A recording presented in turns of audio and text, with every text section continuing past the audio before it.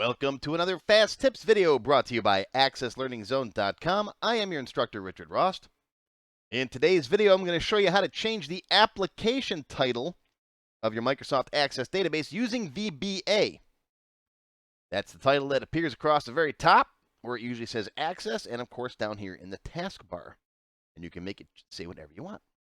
Now, this is a developer lesson, so we are going to use some VBA to do this. And the benefit is you could do it while the database is running. You can change it, make it say different stuff, so your user sees different things, like a warning message or like your logged on username, that kind of stuff. Now, if you're not a developer, if you don't know how to program in VBA, and you just want to change the application title, the database title, I got a whole separate video that shows you how to just do that. And I show you how to change the little icons, too. Okay, so if you don't care about the programming part of it, you just want to see how to change the database title, there's a setting for it under File Options. It's really easy to do. Go watch this video. But if you want to learn how to change it using some VBA, don't be scared of VBA. We need 2 lines of code, best case scenario, 2 lines of code to do this change. And that's it. And I'll show you how to do that in just a few minutes. But if you've never done any VBA programming before and you want to learn how, go watch this video, Intro to VBA. It's about 20 minutes long. Teaches you all you need to know to get started, and then come on back and we'll continue right here. So why would you want to change the application title in the program itself? Well, like I said, you can put the username who's logged on there with the environment variable. I'll show you how to do that. You could do a little warning, flashing warning message with a little timer event. All right, I'll show you how to do that as well. I have that. So if you do want to have your computer on silent and you want to be able to know if something's going on, you'll see this flashing on your taskbar. Okay, there's all kinds of reasons why you might want to change this, but that's pretty much up to you if you want to do it or not. I'm just going to show you how. Another reason I do it is if you've done any programming where you're jumping between 2 databases and you want to be able to switch between them and show which one is active using the AppActivate. Right? Remember this thing from a couple weeks ago? Right? You can change the name using the application title, and then AppActivate can more easily find it. So that's another option. But anyways, here we are in my Tech Help free template database. And if you remember, File Options, right? Current database. There's the application title. Now, if you want to change that in code, let's go into Design View, right-click, Build Event. That'll bring up a code builder. All right. And right here, we're going to put the 2 simplest line of code in which this will work. All right, you ready? It's going to be CurrentDB, that's the current database, .properties, there it is, properties, exclamation point, AppTitle, that is the AppTitle property of the current database, equals whatever you want to say. Rick is awesome. Okay, that changes the AppTitle property of the current database. Then you have to refresh the title bar. So it's going to be Application.RefreshTitleBar right there. That's it. There's the minimal 2 lines of code that you need, best case scenario. And I say best case scenario because I'm going to show you what might not happen in a minute. So just try this. Ready? Here we go. Save it. All right, let's go back to the database, close that, open it back up again, and you're ready. Click my button. Boom. There you go. Rick is awesome. Sweet. Rick is awesome. All right? So, now, I say best case scenario because this will only work if you already have an application title set manually.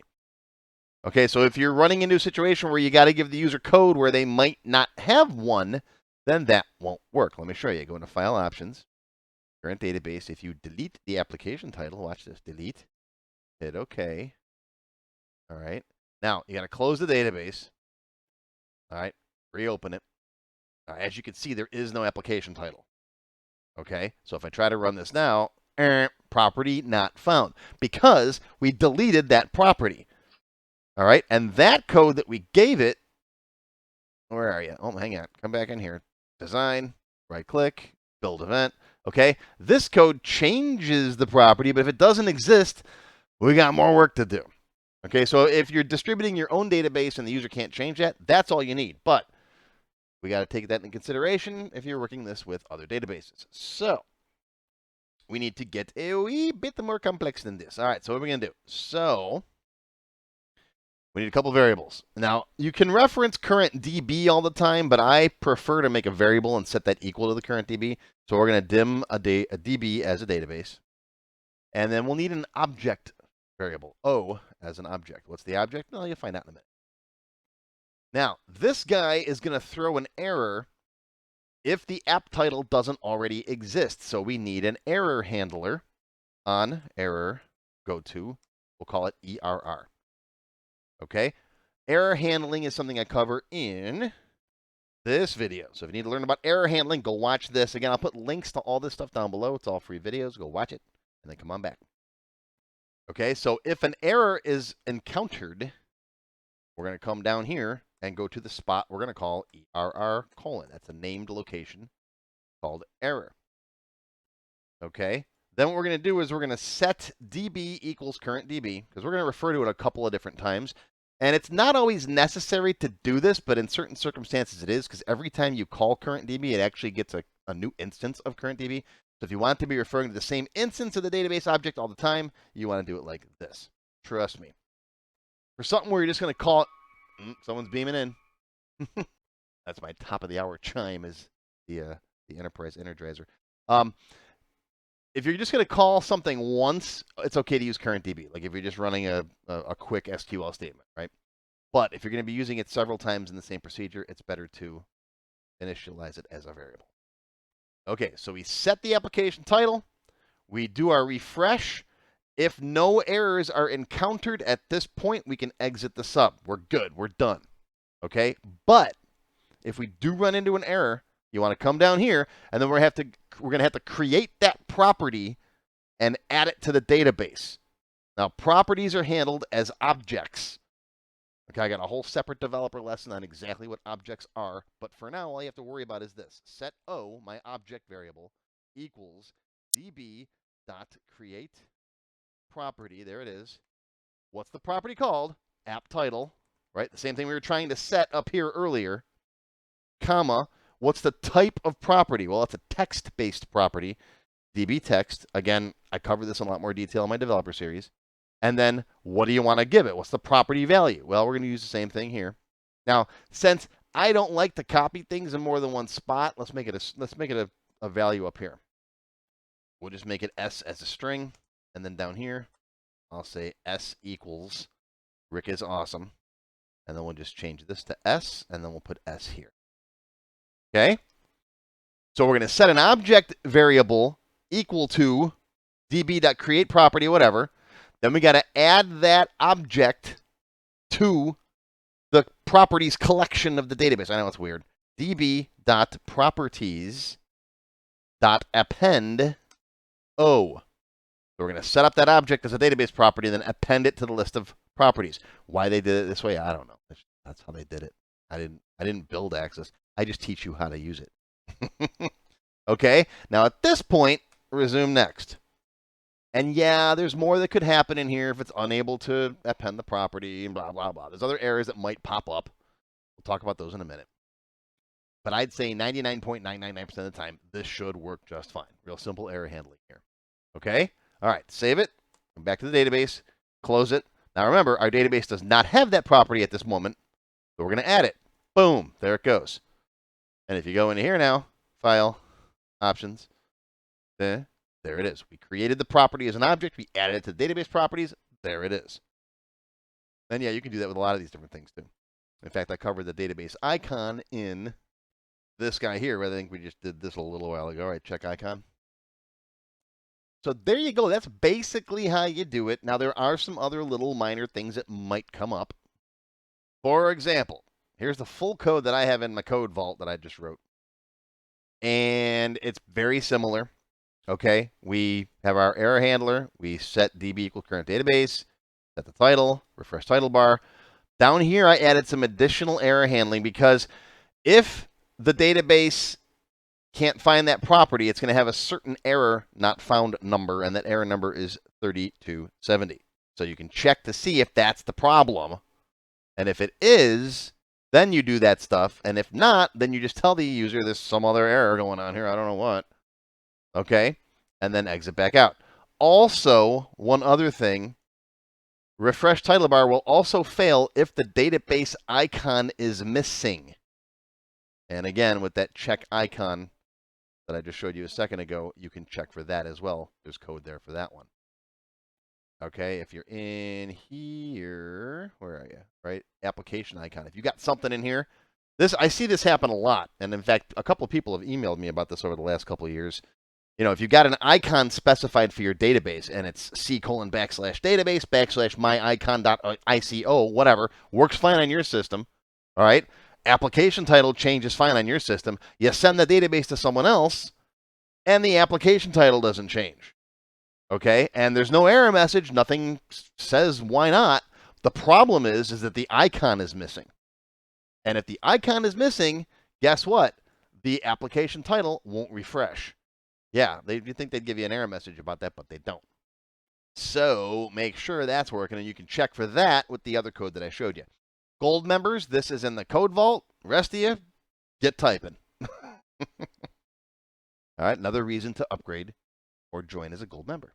Okay, we get access to the code vault with all kinds of cool stuff in it, including the other day's check icon file, this guy. There's that code. This one I released for free. You guys can have this one for free. There's a link to this one on that page.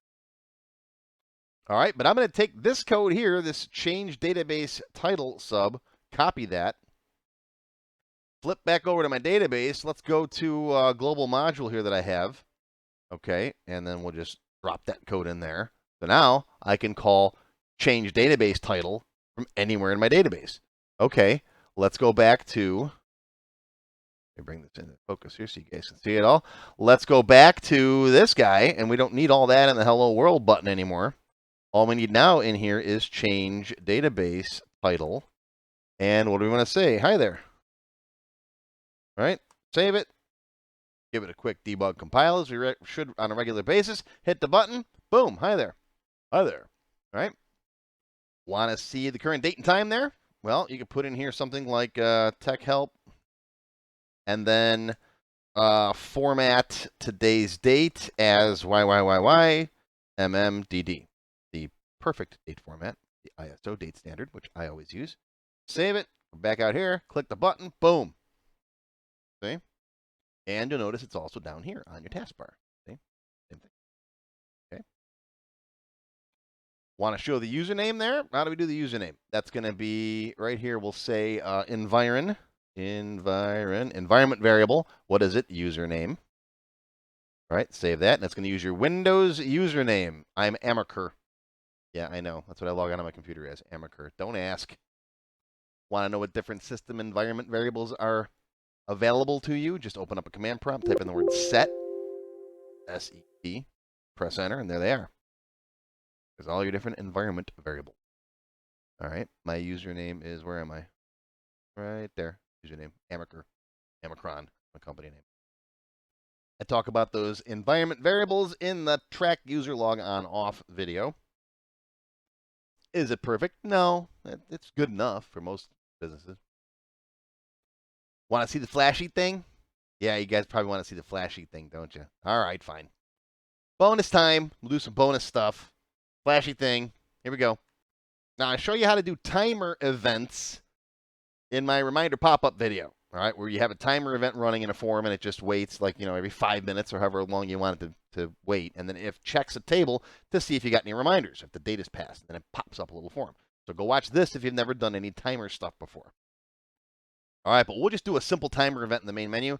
And you can use the stuff I taught in that video to actually check for a warning or a pop-up or a time or whatever. But we'll need a little checkbox. You can hide it. It just has to be somewhere on here. You can use a temp var. You can use any kind of variables you want. Checkbox is the easiest to throw up on a form. We'll just drop a little checkbox right here. Get rid of the label because, again, you can hide it. Call it something. We just need it to cycle on and off between which application title we're showing. It'll say warning and then go back to normal, and then go warning and then go back to normal, right? Once every second or whatever you want it to be. Okay? So let's just call this, I don't know, call it anything. Call it X. And then give it a set value so it starts off at no, whatever. Okay? Now, in the timer properties, let's go to the timer properties, go to event, scroll down, set the interval to whatever you want. Let's do 1 second, so I'll go 1,000. That's 1,000 milliseconds. Okay? And then the on timer event will just be something that flashes back and forth between on and off. whatever you want the two things to be. Okay, so if X, then change database title to, I don't know, warning. Warning, danger, Will Robinson, right? Else, change database title to whatever your normal title is, right? Access Learning Zone. Whatever. And if, and then we just flip them. So X equals not X. Right? If it's true, make it false. If it's false, make it true. Easy enough, right? And then of course, you'll wrap that inside of something else that actually checks for the condition. You'll have another if-then statement out here. Do your little DLOOKUP or whatever you're doing that I showed in the other video, right? To check to see if you have a message. And you could pop up, you have messages waiting. That kind of thing. All right? All right, so save this. All right, we'll close that, and then we'll open it back up again. And there you go. You can see it flipping. See? Warning. See? Change it up here. Let's change it down here. And even if your database is minimized, you'll still see that. See? Yeah, I got some other projects going on. Don't worry about that. Pay no attention to the man behind the curtain. I got lots of stuff on my desktop you guys can't see. Lots of projects in the works, including one really cool one that I'm doing that takes Access databases and puts them on the web. But that's still, I haven't released any information on that one. Only my moderators know about that one right now. So we're getting there. But you can see how even if your database is minimized at this point, you could still see a silent warning flashing right there. All right, that could be useful. If you want to be, secretive, clandestine, whatever. I don't know. And if you want, you can also make it play a sound. All right, I showed you that in a video too. All right, got to play a sound, tech help. I think the free video, I show you how to make the database beep, which is just the beep command. And in the extended cut, I show you how to actually play a sound file, like a wave file or something. That's what you hear for my hourly chime. My database every hour plays that transporter sound. Just so I know. And I make the database restart itself once an hour too.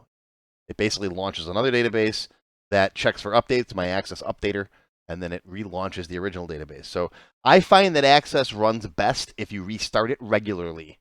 Because as great of a database program as Access is, it still runs into the occasional memory leak, especially since mine runs constantly 24/7 doing stuff. So once an hour, I have it shut down, check for an update, restart again.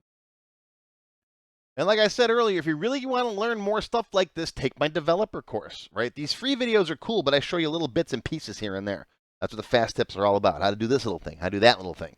Right? My tech help videos, I go into a little more detail with the extended cuts. But if you really, really want to learn Access, my developer course, from level 1 all the way up, I think we're at level 42 or 43 right now. Everyone, we go over a little project, cover a little more of something, go into more depth, and I teach you stuff in the order you should learn it, instead of just bouncing around trying to pick stuff off here and there. Even with my videos, I mean, you can learn a lot from my videos, but you'll learn a lot more if you, take a full structured course in order. So that's this stuff. There's a link right there. I'll put it down below. You can click on it if you need more information. So that's it. That's your fast tip for today. I hope you learned something. I'll see you next time. If you enjoyed this video, please give me a thumbs up and post any comments you may have. I do try to read and answer all of them as soon as I can. Make sure you subscribe to my channel, which is completely free, and click on the bell icon to select all to receive notifications when new videos are posted. Make sure you click the Show More link down below the video to find additional resources and links. You'll see a list of other videos, additional information related to the current topic, free lessons, and lots more. YouTube no longer sends out email notifications when new videos are posted, so if you'd like to get an email every time I post a video, click on the link to join my mailing list. Even if you don't want to become a member, feel free to donate to my tip jar. Your patronage is greatly appreciated and will help keep these free videos coming. I got puppies to feed. How do you become a member? Click on the Join button below the video. After you click the Join button, you'll see a list of all the different membership levels that are available, each with its own special perks. Silver members and up will get access to all of my extended cut tech help videos, one free beginner class each month, and more. Gold members get access to download all of the sample databases that I build in my tech help videos, plus my code vault, where I keep tons of different functions that I use. You'll also get a higher priority if you decide to submit any tech help questions to me, and you'll get one free expert class each month after you finish the beginner series.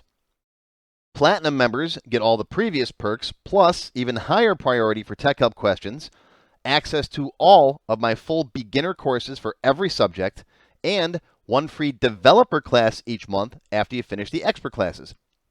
These are the full-length courses found on my website, not just for Access too. I also teach Word, Excel, Visual Basic, and lots more.